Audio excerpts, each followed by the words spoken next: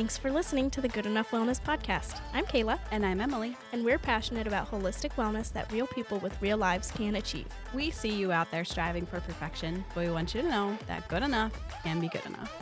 Before we get started, everything we talk about in this show is intended for educational and entertainment purposes only. Always talk to your healthcare provider before making any changes to your diet, lifestyle, medication, or supplements. You're listening to episode 37, Men's Health Crisis. In this episode, we are going to talk about the decline in sperm counts happening around the globe. What have you been nerding out about this week, Kayla? I've been nerding out about a book called This Is Your Brain on Birth Control by Sarah E. Hill. I'm reading this for work, and it has been absolutely fantastic and eye-opening and crazy-making. Like, I cannot believe that we have had birth control on the market for as long as we have had it, and we're still not talking about the effects it has. Yeah. Can It's you give insane. us like some weird facts or something? I'm not going to have good numbers off the top of my head. Fair. I'm not a numbers girly, but basically our entire personalities, like our brain chemistry and everything, is dependent on hormones. Hooray. Like even for men, not Yeah. just for women. Yes. Like that's just how humans are. Everything depends on hormones for our personality, for everything. What does the pill do but shut off your hormones and inject synthetic ones? Mm-hmm. Completely changing your personality, your brain chemistry, and everything. And we expect it not to change things. I've heard this concept of like Insane. women were getting off the pill or getting on the pill and like breaking up with their boyfriends or breaking up with their partners. It changes who you're attracted to. Mm-hmm. Wild. Yes. So I'm wild. just like it almost makes me sick. Like, don't get me wrong. I'm glad it's there for the people who need it. But at what cost? Yeah. Like oh my gosh. Well, and like if we all understood our bodies and like understood our hormones and like didn't have environmental things messing with our hormones, so they were like doing the things they're supposed to be doing, like will we even need birth control? Yes, I've been thinking a lot about this. So like this is gonna here comes another soapbox for me. So the reason like birth control is like a feminist emblem, right? Like feminists push for birth control because it empowers women, right? It's like this symbol of freedom. When actually, in reality, it destroys your body, the female body, and it completely disconnects us from being female. It essentially renders us male. Oof. So it's like, it's not even feminism, it's just more patriarchy. Right. And just to be clear, like not being able to have babies doesn't make you male. Exactly. It's the hormones It's the hormone, involved. yeah, the fluctuations. So in my opinion, not to sound pretentious or anything, but Actually. the real feminist modality for birth control should be fertility awareness method. Mm-hmm. You're more in tune with your body, you celebrate who you are as a female, and you can still avoid pregnancy if you should choose. Mm-hmm. Like I am completely for choosing to avoid pregnancy if that is your choice. I have done it for lots of years. Yeah. But it doesn't render you male, and it doesn't bow to the patriarchy. Yeah. Birth control is better for patriarchy because it makes women act like men, and so then they can work like men. Mm-hmm. Anyway, that's my soapbox. I can feel my blood pressure rising. I can see it in your eyes. You're just like, I'm getting keyed up. oh man. But, so yeah, that's my soapbox about birth control. Wow. If you want to learn more, This Is Your Brain on Birth Control by Sarah E. Hill. And by the time this episode comes out, I'll be promoting my upcoming training, which is about birth control. Oh, there you go. Get on that. What about you, Emily? So, this is going to be a very, like, it's kind of an elusive concept, I suppose. But Matt and I have been talking a lot about there's somebody we know who says judge the message, not the messenger. And what this means is I think kind of like logically, or like we've been taught that like we have to see like the person's like their fruits of their labors, like who they are before you can decide like whether to follow their advice. But I think sometimes like counterintuitive to that is like we, like us personally, we've received advice from somebody who like seemingly is somebody we would not take advice from, that has like been life-changing to us. Like, I don't really want to get into it, but like kind of like a different faith and a different like, and it was life-changing. It completely changed our lives. But I think really the opposite of that I think is a little more, we can see this a little more tangibly in our real world is you have somebody say in your religion who like you judge them to be a good person, a reliable person, you know, maybe they're happily married, maybe they've been a missionary, like all these things. So you kind of like put them on this pedestal, and then pretty soon you're listening to everything that comes out of their mouth and take it as gospel. And I mean, I don't have to tell you, that's gotten us in a lot of trouble over the years. Sure has. Yeah. So and just kind of just been tossing around this concept of judging the message and not the messenger, because the truth is like the Lord can use anybody to send a message. And I don't know about you, but like I have a lot of good things to say, and my life is not perfect. You can definitely like do some digging and be like, oh, I don't want to listen to her, like here's why, like, and that's valid. But yeah, just this whole concept, it's a little elusive, I understand, but I don't know, I think it's really good if you don't have these like hypothetical like elusive concept conversations with your spouse in the shower. Like, are you even married? Right. I don't know. Oh yeah, all the time. It's like we have the philosophical. Philosophical. I'm like, why can I not figure that out? That's fair. Philosophical conversation in the shower. We are great theologians in there. Hey there, Goopers. Yeah, Goopers. You know, you guys who listen to the Good Enough Wellness podcast, that's your name now. Get used to it. Are you craving a healthier, more balanced life, but you're not sure where to start? Or maybe you've tried all the tips and tricks that seem impossible to keep up with because, well, you've got a real life. Sound familiar? Here's some good news. We've got something just for you. Our free Patreon community is all about holistic wellness that works for real people just like you. Whether you're juggling a busy schedule, navigating health challenges, or just curious about improving your digestion, sleep, or energy levels, we're here to help you thrive without the overwhelm. Inside, you'll find show notes, downloads, worksheets, and exclusive recordings to help you get started. Plus, it's not just about advice, it's about connection. You'll join a supportive group of people on the same journey, cheering each other on and sharing ideas that actually work. The best part? It's totally free to join. So why not take the first step today? Head over to patreon.com/goodenoughwellnesspodcast and join the community where wellness meets real life. Let's grow together. You've got this. This episode is all about reproductive health for men, specifically. So this is your content trigger warning that we are going to be talking about reproductive health. So if you'd like to turn this off while you're driving your minivan down the road and put on something a little more kid-friendly, that's totally understandable.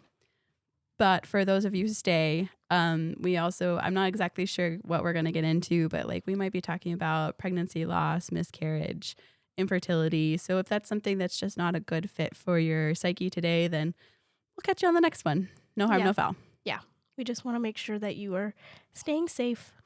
Yeah. And I think I want to say at the top of this episode too, that I think, we're in the wellness world, that we're talking a lot about biological ideals. And biological ideals, they mean nothing to your worth as a person. I was just explaining this to my husband. I was just like, for example, you can't see more than 2 feet in front of your face without your glasses. You are blind as a bat. That is not biologically ideal. That it's not like the best. It's not the best you thing would not survive in the wild. Yeah, no, like you wouldn't be able to find me to reproduce, let alone like catch food. I don't know. Right.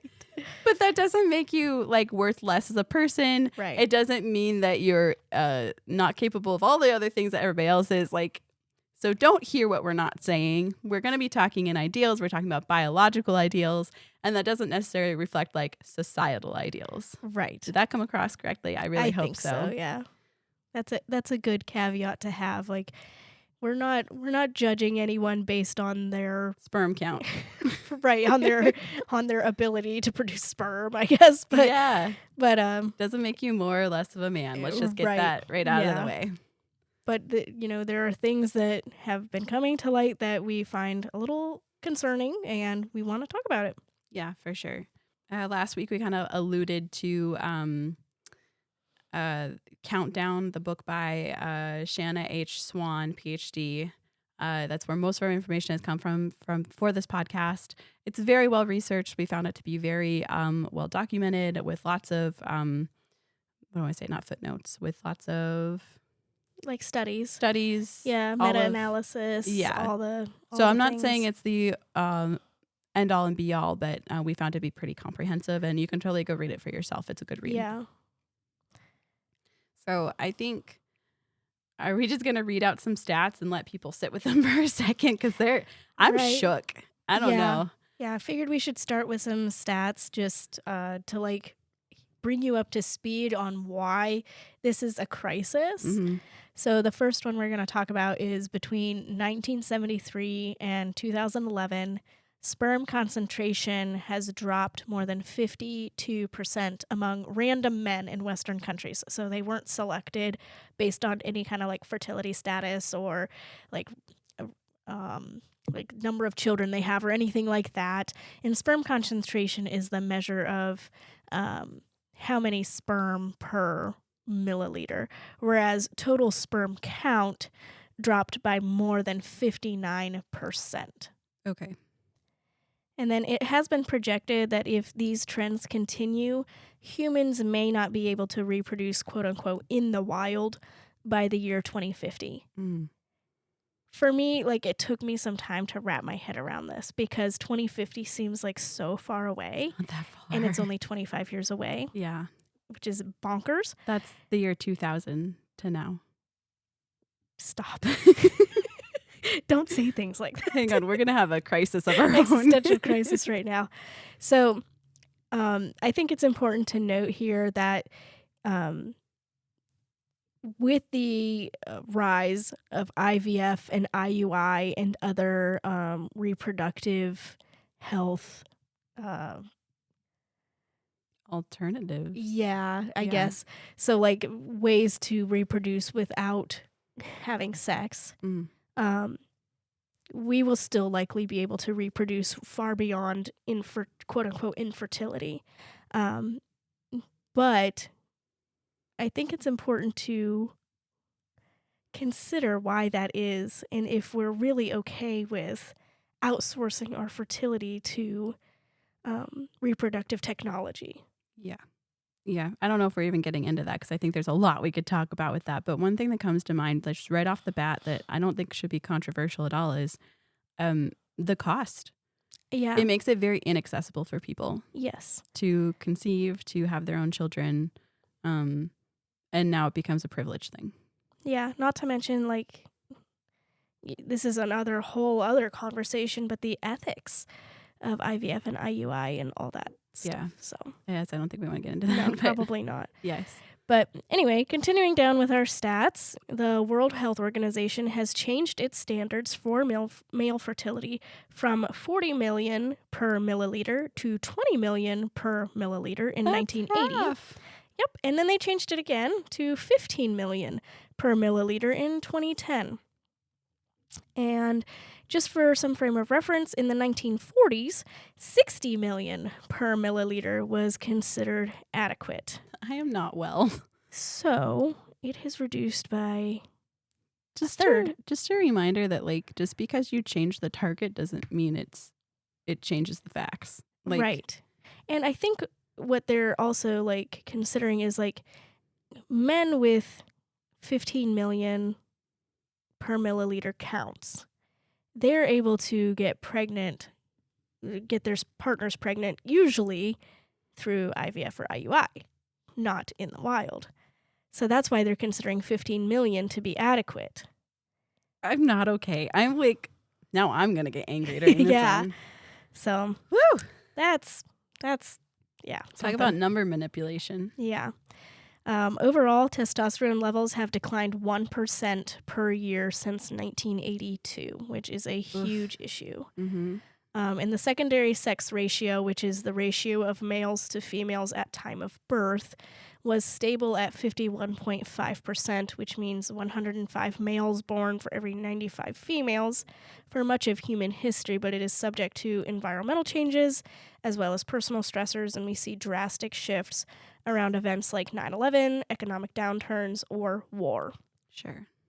And the reason this is such a big deal is because we can use the secondary sex ratio to kind of be a barometer on our health as a whole, like as a country or as a planet, because if you think about it, you don't need very many men to get very many women pregnant. Like, women have to be pregnant for 9 months and then raise and care for a child. The men need to only be there, like, strictly in reproductive terms. The men only need to be there for a little bit. Yeah. In order to make the baby. Right. It is not necessarily ideal, but it works to have more females per male when you're in a time of great stress. Right. And Because we're talking you purely like ecological, Yeah. biological. Oh, yeah. I'm by no means. I don't think we're promoting like absolutely not a sister wife situation. No, thank you. But like, just from a biological standpoint, like the reason that this happens is because we can still survive. We can still survive. We can still survive. Right. Like, Right. we're scraping by the skin of our teeth with all these girls and just a few guys because we can do it. Yeah. Whereas if there are more males per female, men typically have more risky jobs, put themselves in danger a little bit more often. They don't live as long. War. Right. Yeah. And so we need more males because fact of the matter is not as many of them survive. Mm-hmm. So we need more males than we do females in order for things to just go the way they're supposed to. So something else measured in male fertility is anogenital distance, which is, this is going to be gross maybe, This is a new concept to me, Yes. and this is utterly fascinating, and I don't know why. It's the distance between the anus and the base of the penis. So they also measure this in females, but they're finding that in males, the shorter the distance, the more increased risk for fertility struggles. So, anywhere from reduced sperm count to, the testicles not dropping, things like that. And one of the main contributors to the length of AGD is a male fetus's exposure to endocrine disruptors in utero. Mm-hmm. So this would be if a woman used endocrine disrupting chemicals. So a lot of times we think of things like fragrance. All I can think of is Bath and Body Works. Yeah, Bath and Body Works. Yeah. Like, say she's pregnant with a baby boy, and she's slathering her body in Bath and Body Works because it smells so yummy and it makes my skin so smooth. Chances are that baby boy's AGD, so anogenital distance, is going to be much shorter, and he's going to be at higher risk for infertility. We're also seeing a big rise in for some reason this always cracks me up, even though it's not funny. The micro penis, like the really, really small genitals. Mm-hmm. We're seeing a big rise in that because of EDCs, endocrine disrupting chemicals. See, I feel like that right there should make men care. Yeah. Like, whether you care about your actual fertility, surely you care about that, if nothing else. Right. And bigger is better, right? Emotion of the ocean. So, yeah. So, like, and I don't mean this to be, like, scary. Like, know, if you did this, like, so you're a alarmist. bad mom or whatever like that. But just something to be aware of. Yeah. And when we know better, we do better. The white woman anthem. It's all we have at this point. Right. So, yeah. That is fascinating. Do you know, is that a correlation thing, or is there actually something like physical that's happening in that with that shortened AGD? Hang on, research. Stand by. Yeah. Stand by for a short research break. So from our short research break, which probably was actually really long, but it's not going to seem long to you, we couldn't find anything that really said whether it was correlation or causation, but it seems to just be yet another marker. Right. So from what I can tell, AGD length is determined by the amount of testosterone that a male fetus receives, and endocrine disrupting chemicals or compounds reduce the amount of testosterone. So, like, it's kind of like a causation thing, but it's unethical to run tests on pregnant women and see. Yes. So, like, we're not going to get a test that says, yes, for sure, this is what happens. Right. But it seems to be more of like it's something that's happening in tandem, not so much like a physiological thing that's happening. As far as the functionality of one's genitalia, if that makes sense. Right. So transitioning away from some stats and more into like the practical implications, which we think like AGD length and genitalia size should be a really practical implication for most people. Yes. So another thing to consider with the decline in sperm quality is miscarriages, and especially miscarriages beyond the first term of pregnancy, because they are generally due to like genetic abnormalities, and these genetic abnormalities can be caused by DNA fragmentation of the sperm, and the risk of miscarriage significantly increases with poor sperm quality. So they have done tests on men after their partners like have recurrent losses, and they have found like their sperm has a lot of DNA fragmentation, or they have low motility or poor morphology, which is like DNA fragmentation would be poor morphology. So there are just a lot of things to consider with sperm quality and sperm health beyond just being able to get pregnant, but also being able to stay pregnant and the health of the baby. Yeah, and I think sometimes we have like this view of humans that like when they're born and you count 10 fingers and 10 toes, they get tested, make sure like their heart's good. They're great, everything's perfect. And then like sometimes these issues, these problems don't show up until, years down the road, sometimes when they're trying to get pregnant. So like it is like this generational issue of like like you wouldn't know that a man was infertile until he was in his 20s. Age. Yeah. I think about this a lot because like I have had no issues getting pregnant, staying pregnant. I've had good births, healthy babies, only some like a few weird hiccups here and there. Yet I've still had a lot of markers of hormone imbalance, what some people would have if they were having fertility issues. And I often wonder if it's like the trickle-down effect, like is this, I didn't bear the brunt of this, now my children are. And it's just, you just won't know until you know. You just don't know.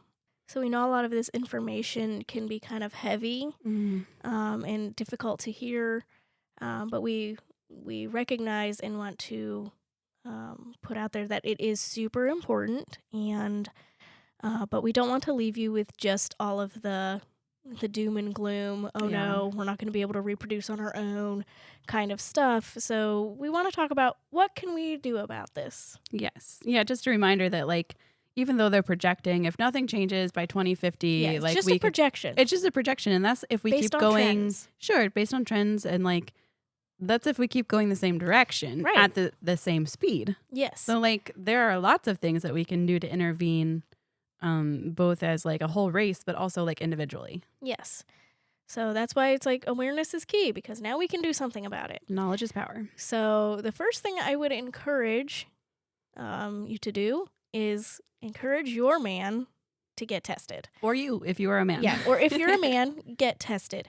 This is pretty simple to do at home. You don't even have to go to a doctor's office. My husband did this because we wanted to rule out male factor infertility. I know I'm having, like, there's no doubt about it, like, I'm having infertility issues. Mhm. But we wanted to rule out, like, his factor. So that way, like, when the time came, we weren't like, oh, no, now what? Right. So we just got something from Amazon. The brand is called Yo, like Y-O, and according to him, it was an easy test.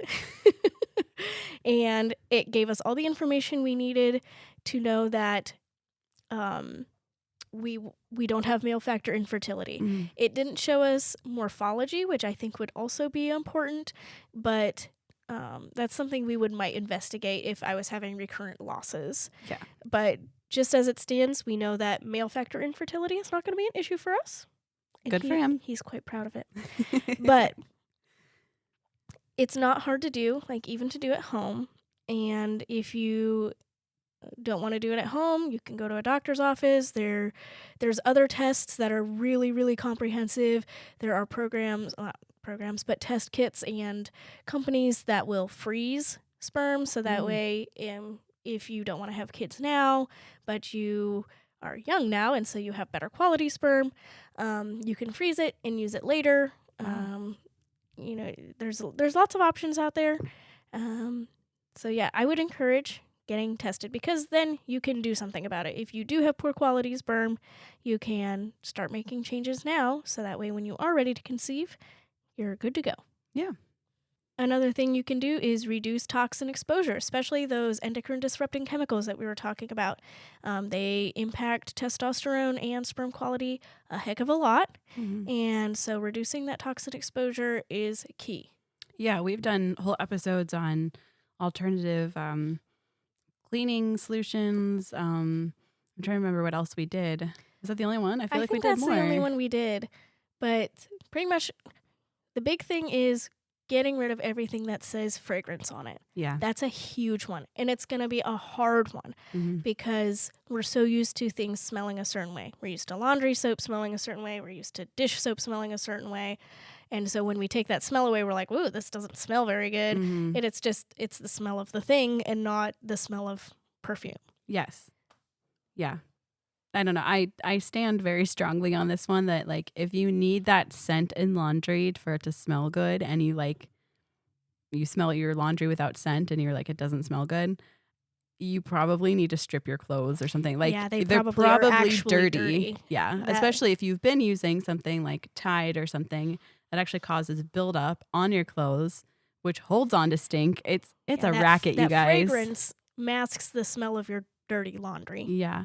Oh, this is such a tangent, but like if you go back to our DIY issue, like it's a magazine. Wow.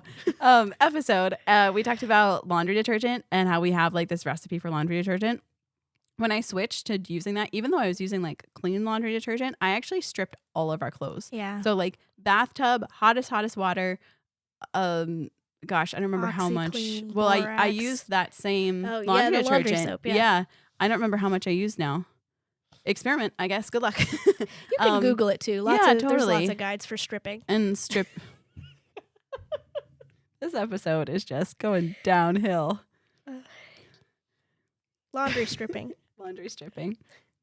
I mean, technically, I guess clothes are laundry, but anyways, so all that to say, like, don't give up. Like, there's probably something out there that you can change or fix, or an alternative, whether you have to make it yourself or you can find clean brands. We have some guides, we have some shows about that, and I think we're just going to keep making more because I think this is what everybody needs. Yeah. Another thing you can do is improve your nourishment. So, big key for hormone health is regulating blood sugar, giving your body all of the macro and micronutrients it needs to make good hormones and make sperm. And then right on the heels of that, focus on antioxidants. Sperm is extremely sensitive, especially to things like temperature and external damage, because they're kind of just hanging out there in no man's land, and they're sensitive little guys.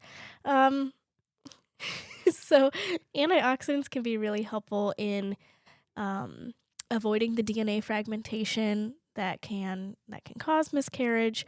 So antioxidants are things that are like deeply colored, so things like beets or sweet potatoes or blueberries, cranberries, like things that are really deeply colored, full of antioxidants, and can be really, really helpful in creating the best quality sperm.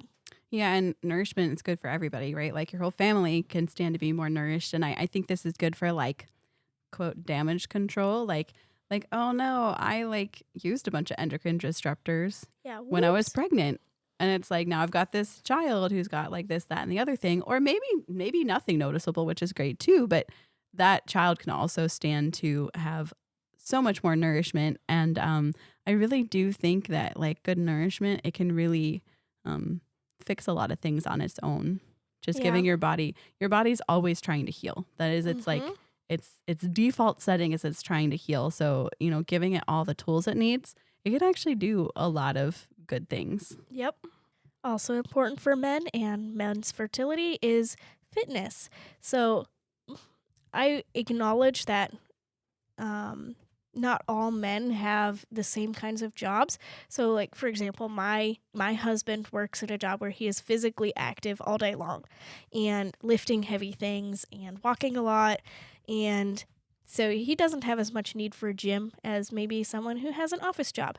So this is just something that you can like consider based on your situation. But if you don't have a fitness program and you're generally pretty sedentary, encouraging fitness can be really helpful in boosting testosterone and sperm quality.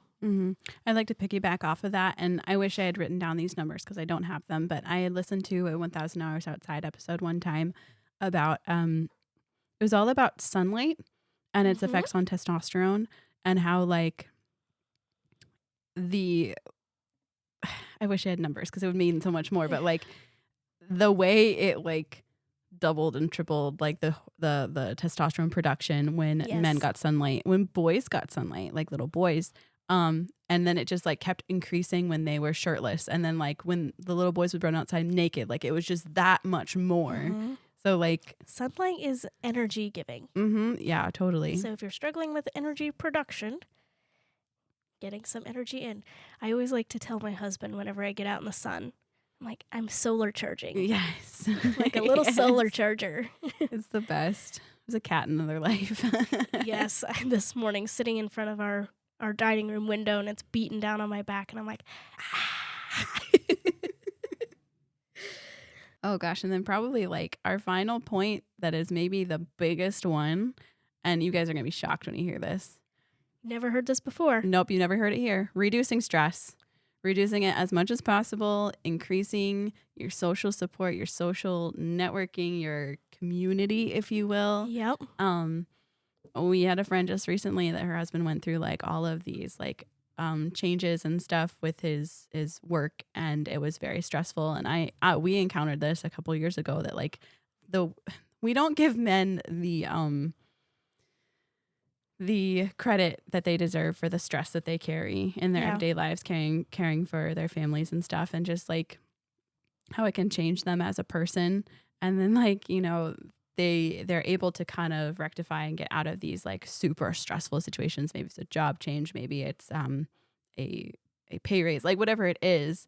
And suddenly like their sex drive like They become skyrockets. whole different They're people. yeah, they're like and she said she's like it's like I'm married to my best friend again. It's like I feel that because we went through that not that long ago of like just the stress. Like you know how it is. Like you should understand how stress is. Now imagine you're not really allowed to talk about your feelings and now it's like And you don't have like a group of friends yeah. that sit around and talk. No, I know this isn't the case for all men, but like for us, our friend group, like there isn't a day that goes by that somebody like gets on like you won't believe what happened today. Right. We're not complainers. It's just like let's get it out.